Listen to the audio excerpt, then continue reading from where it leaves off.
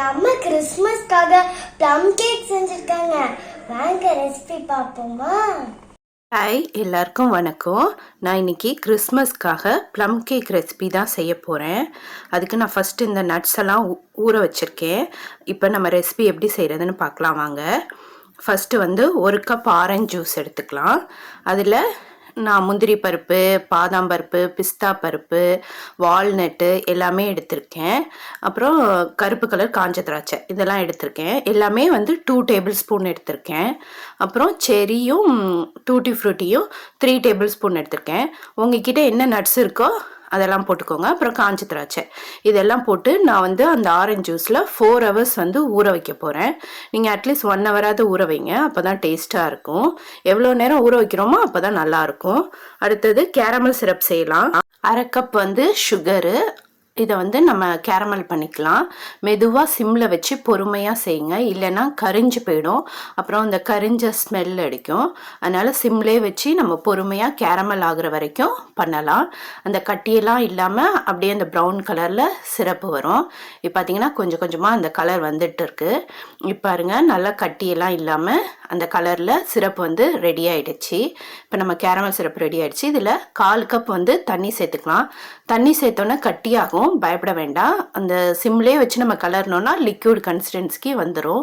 இப்போ பார்த்தீங்கன்னா இந்த லிக்யூடாக வந்துடுச்சு பார்த்தீங்களா. இப்போ நம்மளோட சுகர் சிரப் வந்து ரெடி ஆகிடுச்சு, அதாவது கேரமல் சிரப் ரெடி ஆகிடுச்சு. இப்போ நம்ம அடுத்தது கேக்குக்கு மிக்ஸ் பண்ண ஆரம்பிக்கலாம். 1/2 cup sugar, 100 gram butter melt பண்ணி வச்சுருக்கேன். அதை நல்லா பீட் பண்ணி எடுத்துக்கலாம். எந்த அளவுக்கு பீட் பண்ணுறோமோ அந்த அளவுக்கு கேக் நல்லா சாஃப்டாக வரும். நான் நல்லா பீட் பண்ணி எடுத்துக்கிறேன். அப்புறம் 2 முட்டையும் சேர்த்து பீட் பண்ணி வைக்கிறேன். அதை நான் வீடியோ எடுக்க விட்டுட்டேன், அதனால தான் இப்போ சொல்கிறேன் உங்களுக்கு. 2 முட்டை சேர்த்து நல்லா ஒரு க்ரீம் கன்சிஸ்டன்சிக்கு பீட் பண்ணி எடுத்துக்கோங்க, அப்போ தான் சூப்பராக இருக்கும். அப்புறம் இந்த அளவுக்கு நல்லா பீட் பண்ணி எடுத்தோன்னே நம்ம இப்போ மாவெல்லாம் சேர்க்கலாம். அதுக்குள்ளே நான் அவனை வந்து 10 மினிட்ஸ் ப்ரீ ஹீட் பண்ணி வச்சுக்கிறேன். இப்போ 1/2 கப் மைதா மாவு, அடுத்தது 1/2 teaspoon baking powder, 1/4 teaspoon salt, 1/4 teaspoon baking soda இதெல்லாம் சேர்த்து நல்லா கட்டி இல்லாமல் சளிச்சு எடுத்துக்கலாம். அப்புறம் 2 tablespoon cocoa powder, 2 tablespoon பால் பவுடர் இதையும் கட்டி இல்லாமல் நம்ம சளிச்சு எடுத்துக்கலாம். இப்போ இது எல்லாத்தையும் ஒரு மிக்ஸ் கொடுத்து எடுத்துக்கலாம். ஓரளவு மிக்ஸ் பண்ணிவிட்டு அடுத்தது இப்போ நம்ம வெண்ணிலா எசன்ஸ் வந்து ஒரு 1 டீஸ்பூன் சேர்த்துக்கிறேன்.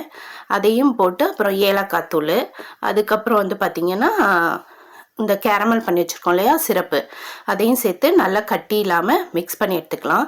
நீங்கள் வேணால் பட்டைத்தூள், கிராம்பு இதெல்லாம் கூட நீங்கள் சேர்த்துக்கலாம். ஆனால் நான் வெறும் ஏலக்காய் தூள் மட்டும் தான் சேர்த்துக்கிறேன். இது எல்லாத்தையும் கட்டி இல்லாமல் நல்லா மிக்ஸ் பண்ணி எடுத்துக்கலாம். அடுத்ததாக நம்ம ஊற வச்சோம் இல்லையா அந்த நட்ஸு, அதை சேர்த்துக்கலாம். இப்போ பார்த்திங்கன்னா ஓரளவு மிக்ஸ் பண்ணிட்டேன், கட்டியெல்லாம் இல்லை. இப்போ அந்த ஊற வச்ச நட்ஸை வந்து இதில் சேர்த்துக்கிறேன். இதையும் சேர்த்து நம்ம பீட்டரால் ஒரே ஒரு மிக்ஸ், ஏன்னா அந்த நட்ஸ்லாம் அதில் போய் மாட்டிக்கும். நான் ஒரே ஒரு மிக்ஸ் கொடுத்துட்டு இப்போ நான் கரண்டி இருக்கு இல்லையா அதால் நல்லா மிக்ஸ் பண்ணி எடுத்துக்கிறேன். எல்லா இடத்துலையும் அந்த நட்ஸு போய் மிக்ஸ் ஆகுற மாதிரி எல்லாத்தையும் நல்லா மிக்ஸ் பண்ணிட்டேன். இப்போ எதில் நம்ம ஊற்ற போகிறோமோ அதில் பட்டர் ஷீட் போட்டு பட்டர் தடவி வச்சுக்கலாம். இப்போ அதில் வந்து நம்ம மிக்ஸ் பண்ணி வச்சுருக்க அந்த கேக் பேட்டரை வந்து அதில் போட்டுக்கலாம். போட்டுட்டு நல்லா ஒரு டேப் பண்ணி எடுத்துக்கோங்க, அப்போ தான் அந்த காற்றெல்லாம் போகும்னு சொல்லுவாங்க. ஸோ அந்தளவுக்கு டேப் பண்ணி எடுத்துகிட்டு இப்போ அவனில் 180 டிகிரி 45 மினிட்ஸ் வச்சு எடுத்துக்கலாம். இப்போ நம்ம கேக் பார்த்திங்கன்னா சூப்பராக ரெடி ஆகிடுச்சு. இப்போ பாருங்கள், நான் உங்களுக்கு குச்சியால் குத்தி காமிச்சிருக்கேன், நல்லா வெந்திருக்கு. மேலேயும் நல்லா கிறிஸ்பியாக சாஃப்டாக இருந்துச்சு.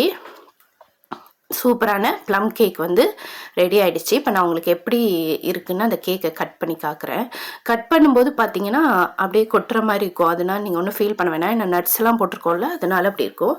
இப்போ பாருங்கள், செம சாஃப்டாக சூப்பராக நம்மளுடைய ப்ளம் கேக் வந்து இந்த கிறிஸ்மஸ்க்கு சூப்பராக ரெடி ஆகிடுச்சு.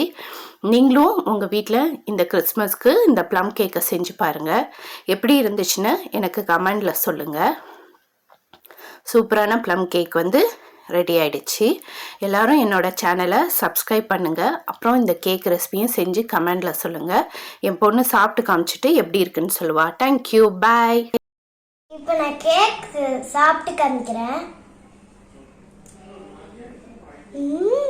செம்மையாக இருக்கு. நீங்களும் உங்க வீட்டில் இந்த கேக்கை ட்ரை பண்ணி பாருங்க. எங்க கேக் நல்லா இருந்துச்சுன்னா எங்க சேனலுக்கு கமெண்ட் பண்ணுங்க. அப்புறம் எங்க சேனலுக்கு சப்ஸ்கிரைப் பண்ணுங்க. தேங்க்யூ, பாய் பாய்.